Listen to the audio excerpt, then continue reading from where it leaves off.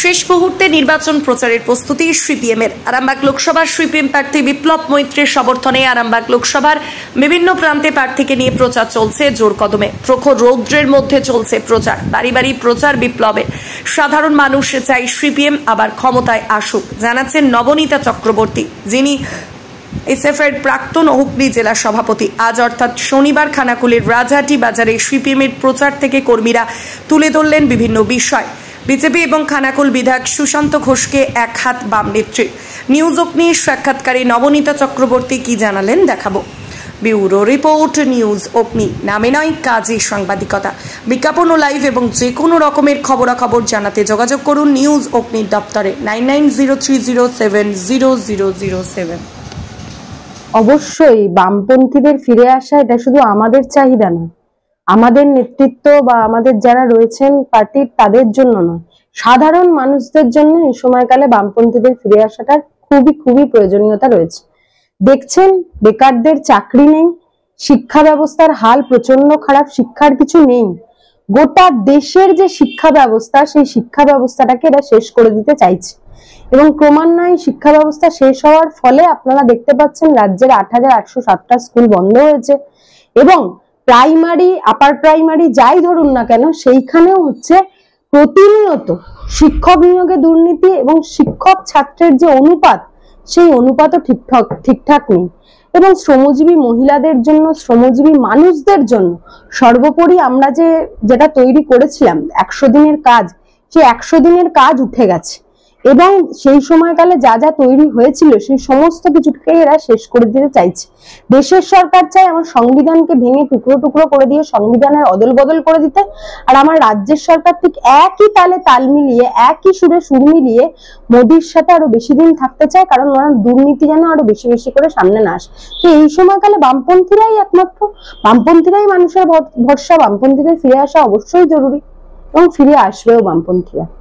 এখন উন্নয়নের নামে যেটা হয় সেটা হচ্ছে বড় বড় কাট আউটে মমতা ব্যানার্জি, অভিষেক বন্দ্যোপাধ্যায়ের ছবি, এইখানে হচ্ছে অমিত শাহ, নরেন্দ্র মোদীর ছবি।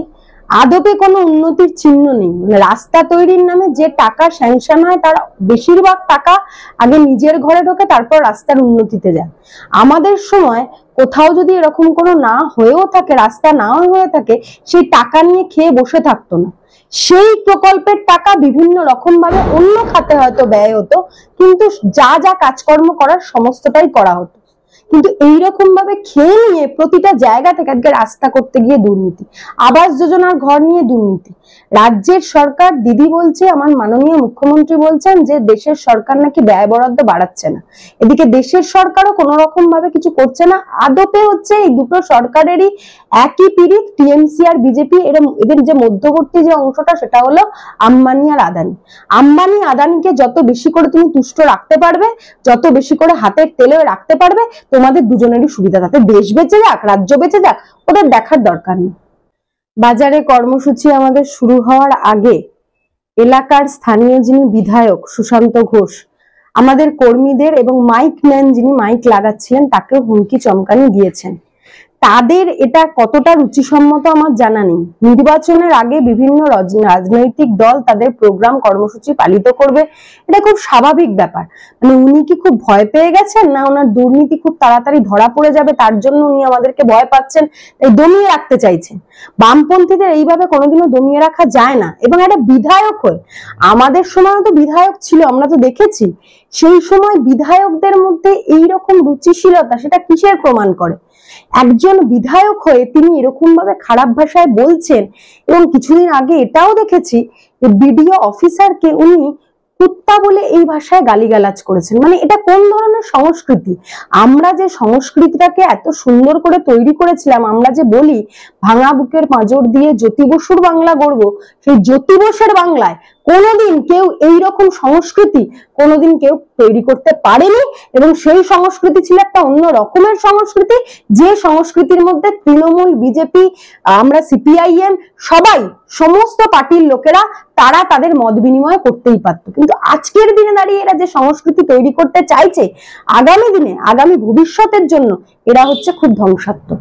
গড়েরঘাট স্টেট ব্যাংকের সামনে কিছুদিন আগেই দেখলাম আমাদের প্রার্থী সেই প্রার্থী বিপ্লব মৈত্রের জন্য দেওয়াল লেখা হবে বলে স্বাভাবিকভাবেই নির্বাচনের সময় প্রতিটা রাজনৈতিক দল তাদের আলাদা আলাদা করে দেওয়াল লিখন করে থাকে বা মার্ক করে থাকে। সেখানে দেখলাম যে বিজেপি নতুন করে সেখানে বিপ্লব মৈত্রের লেখা জায়গাতে সেখানে আবার করে পোস্টার মারলেন। তা কি ধরনের সংস্কৃতি ওনারা তৈরি করতে চাইছেন? মানে এলাকার স্থানীয় বিধায়ক কি সত্যিকারের চাইছেন সত্যিকারের কোনো অশান্তি নির্বাচনকে ঘিরে বা একটা অন্য রকমের প্ররোচনা তৈরি করতে চাইছেন? কারণ নির্বাচন বিধির মধ্যে পড়ে, স্পষ্ট করে লিখে দেওয়া আছে সেই নির্বাচন বিধির মধ্যে যে কোনো রকম ভাবে যে রাজনৈতিক দল সেখানে অন্য রকম ভাবে তারা নিজের মতন প্রচার করতে পারে, সেখানে আর কেউ আসতে পারে না বা এরকম ভাবে গায়ের জোর দেখাতে পারে না।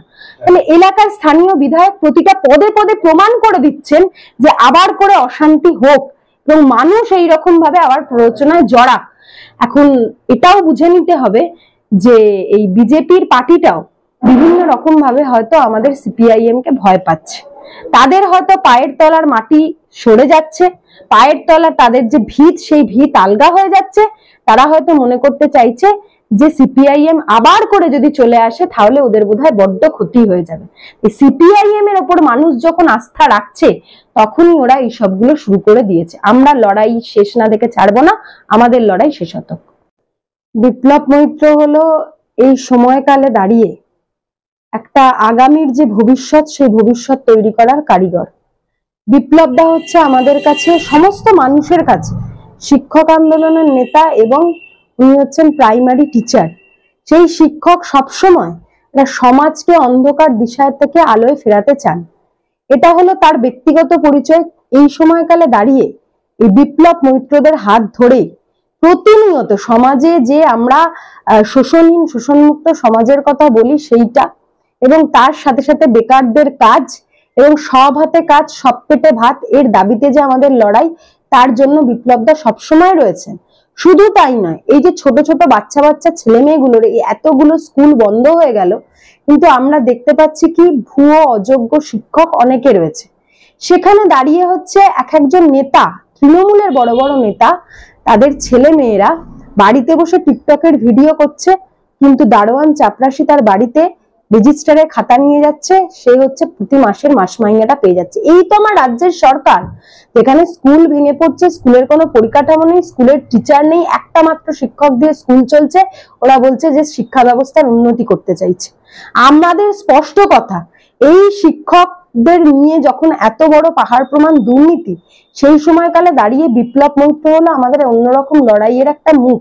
শুধু তাই নয়, আপনারা দেখেছেন আপনাদের এই এলাকার বিধায়ক যিনি এবং আগের যিনি ছিলেন এমপি ছিলেন, তার যে মুখের ভাষা এবং তাদের যা সংস্কৃতি, সেই সংস্কৃতি আমাদের সংস্কৃতির সাথে কখনোই মেলে না। তাই সাধারণ মানুষ, প্রতিটা মানুষও বলছে, মানে এটা শুধু আমাদের কথা নয়, এবারে আরামবাগ লোকসভায় বিপ্লব আসছে। বিপ্লব মানে এমন এক ধরনেরই বিপ্লব যে এরা প্রতিদিন যা বলতে চাইছে, এই মেরুকরণের রাজনীতি প্রতিদিন তৈরি করে আমার এই দেশের সরকার যা বলছে, এই লোকসভা কেন্দ্র থেকে যিনি প্রতিদ্বন্দ্বিতা করছেন তিনিও একই রকম ভাবে সেইটা ভাগ করার কথাই বলছেন। এবং বামপন্থীদের যখন আবার করে পুনরুত্থান হচ্ছে, মানুষ যখন তাদের উপর ভরসা রাখছে, তাদেরকে ভয় পেয়ে বিভিন্ন রকম জায়গায় জায়গায় তাদের নামে গিয়ে কুৎসা করা, তাদের নামে অপপ্রচার করা, এগুলো চলতে থাকতে মানুষ এগুলো বুঝে গেছে। আর মানুষকে এইভাবে আর অন্যরকম ভাবে বোঝানো যাবে না। একটা সরকার, সেই সরকারের এতদিনের একটা করে যাওয়া সমস্ত কিছু ভেঙে পড়েছে, আর সেই ভেঙে পড়ে যাওয়া একটা গাড়ি, সেটা কাদায় ধসে গেছে। সেই কাদায় ধসে যাওয়া গাড়িটাকে ওরা তুলে ধরতে চাইছে এই দলটা। এদের দুজনের মধ্যে যে সেটিং, সেই সেটিং এর খেলা বুঝে গেছে। আর তার মধ্যে দাঁড়িয়ে বিপ্লব দাই হচ্ছে আমাদের এই সময়কালে দাঁড়িয়ে প্রতিটা মানুষের রুটি রুজি লড়াইয়ের যে আসল হাতিয়ার, সেই হাতিয়ারকে সামনে নিয়ে গিয়ে লোকসভায় হচ্ছে আমাদের কথা তুলে ধরবে এই বিপ্লব মৈত্র। আর বিপ্লব মৈত্রকে সকল মানুষ এই সময়কালে দাঁড়িয়ে যেভাবে আশীর্বাদ, ভরসা, ভালোবাসা, শুভেচ্ছা দিয়েছেন, আমরা নিশ্চিত যে এবারে আরামবাগ লোকসভায় একটা অন্য ধরনের বিপ্লব আসতে চলেছে। এবং এই তৃণমূলের এবং দুর্নীতি এবং বিজেপির মেরুকরণের নীতি সমস্ত কিছুকে হার মানিয়ে আমাদের বিপ্লবটা এগিয়ে যাবে। এই বিপ্লব মৈত্রের জয় অবশ্যম্ভাবী। আপনার পরিচয়? আমার নাম নবনীতা চক্রবর্তী। আমি এসএফআই এর প্রাক্তন ছাত্র আন্দোলনের কর্মী এবং বর্তমানে সিপিআইএম এর একজন কর্মী। আজকে মমতা ব্যানার্জি বলছে যে পূর্ব মেদিনীপুরে যা সমস্ত ছেলেদের কাছ থেকে টাকা নেওয়া হয়েছে সব অধিকারী নিয়েছে, অধিকারী পরিবার নিয়েছে। মুর্শিদাবাদের যত ছেলেকে চাকরি দেওয়া হচ্ছে অযোগ্য ছেলেদেরকে তার টাকা সব শুভেন্দু অধিকারী তুলেছে। কেননা মমতা ব্যানার্জি তোমার দায়িত্ব দিয়েছিল পূর্ব মেদিনীপুর, পশ্চিম মেদিনীপুর আর মুর্শিদাবাদের